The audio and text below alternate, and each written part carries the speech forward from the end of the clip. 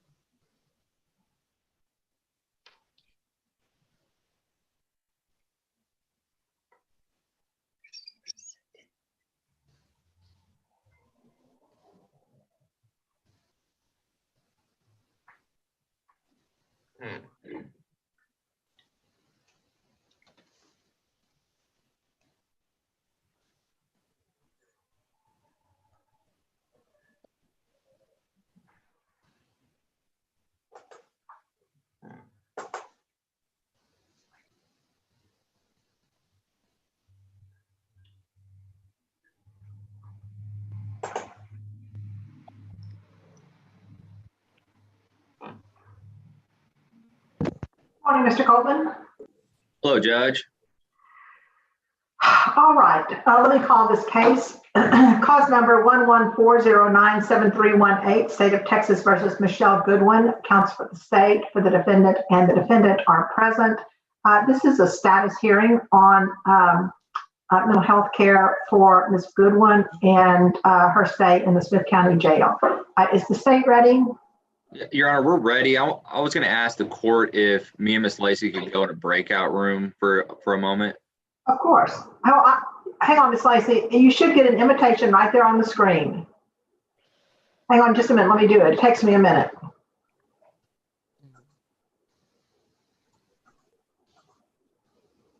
Okay, you should get something now that says an invitation to join. Right.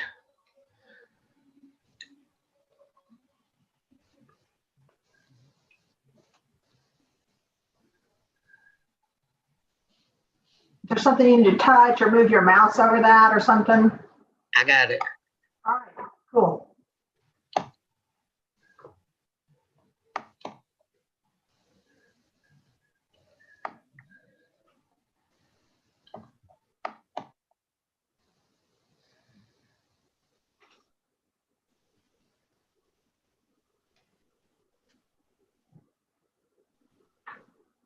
Yes, good for Miss Lacey.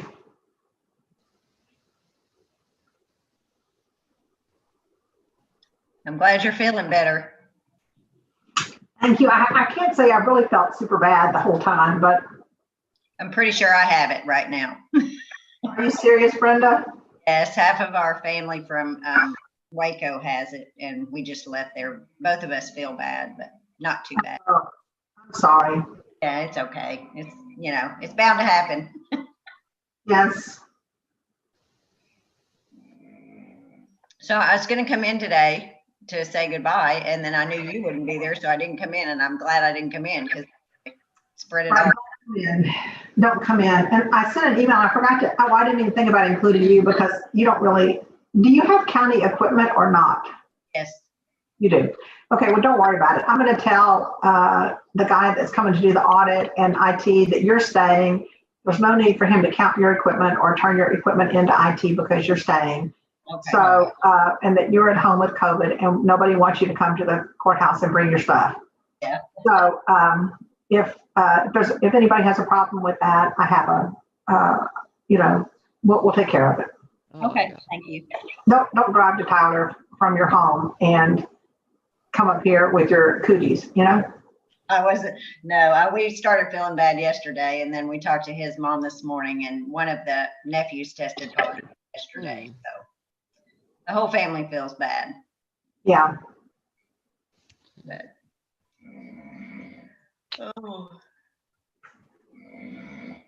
When do you come out of quarantine? What? When do you get out of quarantine? They're confused about my timeline because I took a test that was positive and didn't have symptoms. Mm-hmm. And so I took the test, so I didn't go to Houston and infect the family. And so I was positive and then I got symptoms. So they're not certain when to start my timeline. So I don't know. Yeah. I hate you had to be alone on Christmas. Sorry about that. That's all right. That's all right. Probably at the end of this week or early next week, I think I can say for sure I'm clear. But I might just go get a test just for the heck of it. Right. Make sure before I release myself to society. Yeah. Yes, ma'am. Ms. Ross, did you say something? That's all right. I thought you said something to me. Ms. Lacey and Mr. Coltman, who is the state's lawyer, are in a breakout room. They can't hear us and we can't hear them. So we're just waiting for them to come back. Boy, you ain't with me. You better go on. Pardon me? My name is not Shell. Now somebody keep calling me Shell, and my name is not Shell. My name is Michelle. Yeah, Michelle. That's what I'm calling you. I'm trying to call you Michelle. If I said it wrong, I'm sorry about No, that. it's somebody. This dude that I used to stay with, Mm-hmm. the babysitter. He calls me that molested me. He called me Shell. I said my name is not Shell. My name is Michelle. Oh my. All right, well, we need to wait till Miss Lacey comes back before we say anything else about that.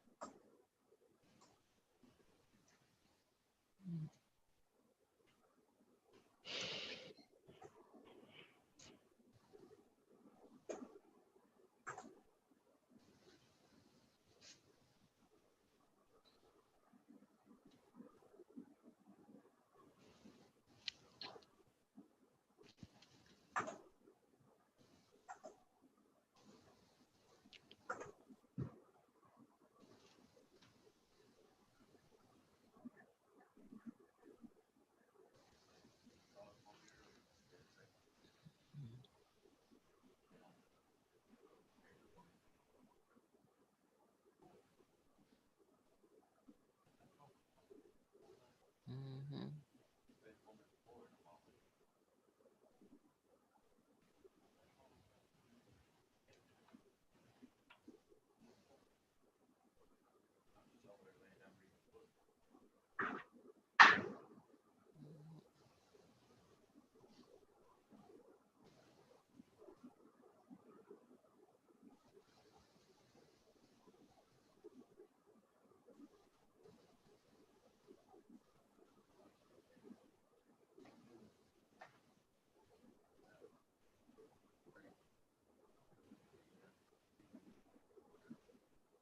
We're going to.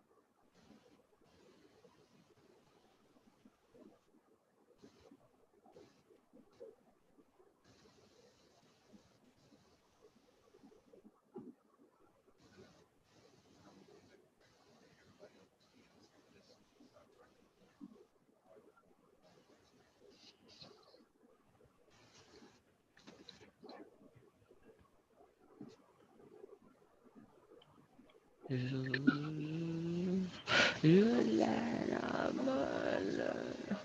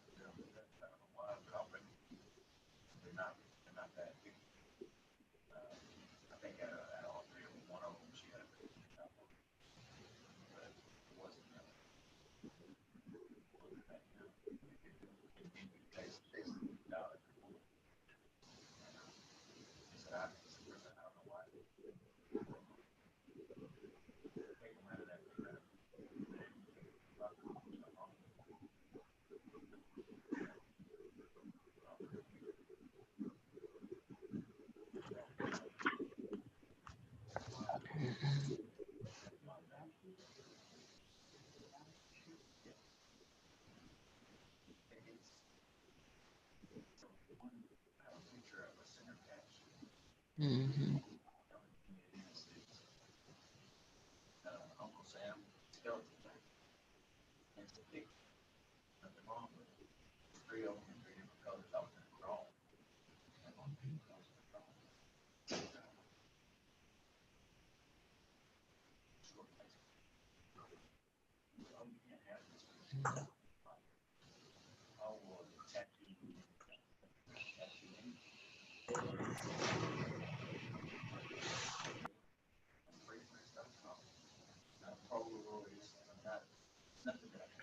There you go. All right. Thank you.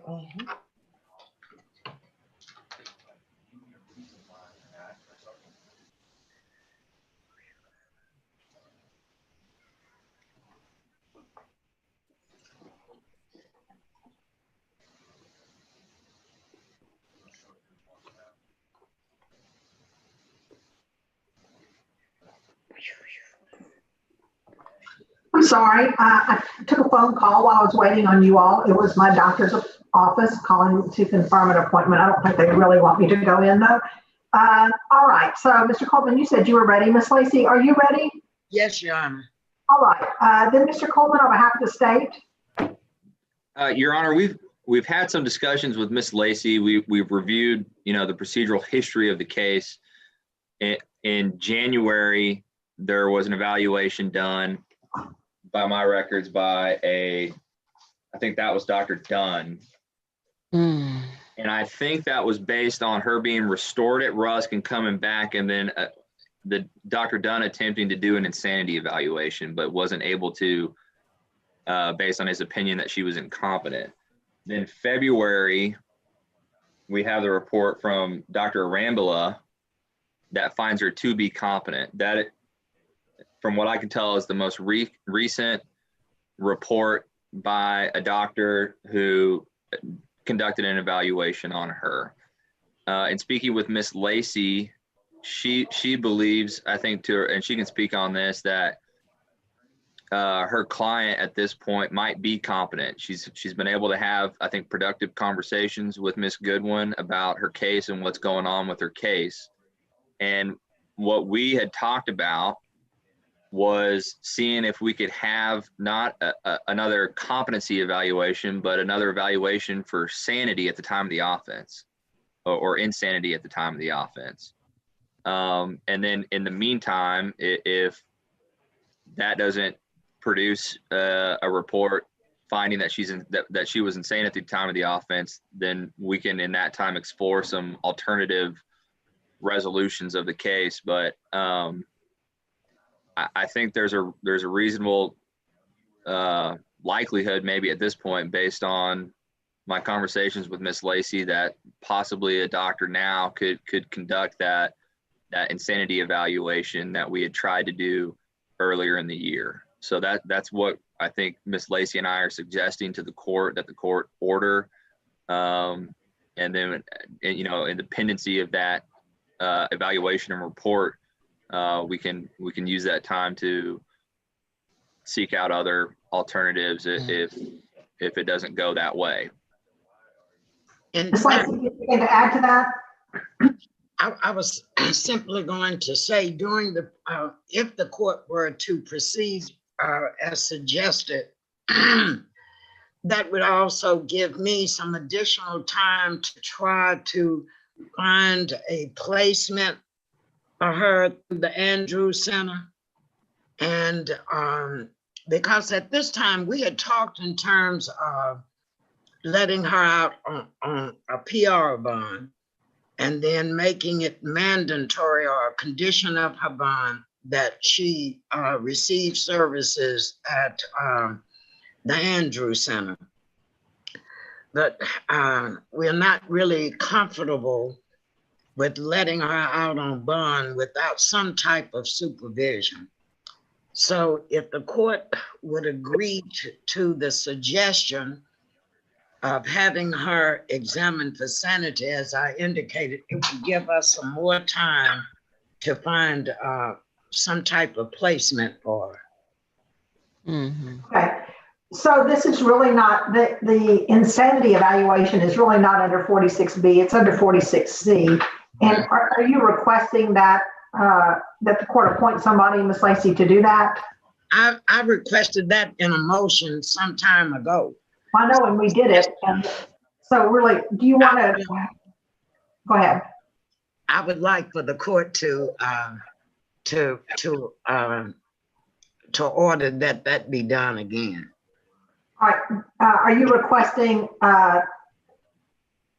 Ms. Goodwin be reevaluated by Dr. Dunn, or are you requesting she be evaluated by Dr. Proctor, or are you making a specific request? I would actually, Judge, I would prefer that she be evaluated by Dr. Proctor. All right, we'll see if we can make that happen. And that'll give you some time, as you say, to work on your plan with the Andrews Center. Yes, ma'am. And I know this has taken a long time, and I know you all have experienced the same frustration this year as everybody else has. It's extremely difficult to get any sort of help from state agencies, and not their fault. They're working under very difficult circumstances. More people need services. There are less people to provide services, and many of their offices are just flat closed, and so they're working from home. So been a difficult year. I hope this works out. Well, the court is going to enter today or tomorrow, at least until I turn in my computer, those orders, and we'll see if we can get Dr. Proctor on the way to see Ms. Goodwin as soon as possible. Thank you, Judge. Sure. Anything else from you, Mr. Coltman? No, Your Honor. Thank you. Anything else from you, Ms. Lacy? Nothing, Your Honor. All right. We're in recess on this case, and I'll be calling the Valenzuela case in just a minute, but it's a separate call, I believe. Thank you all.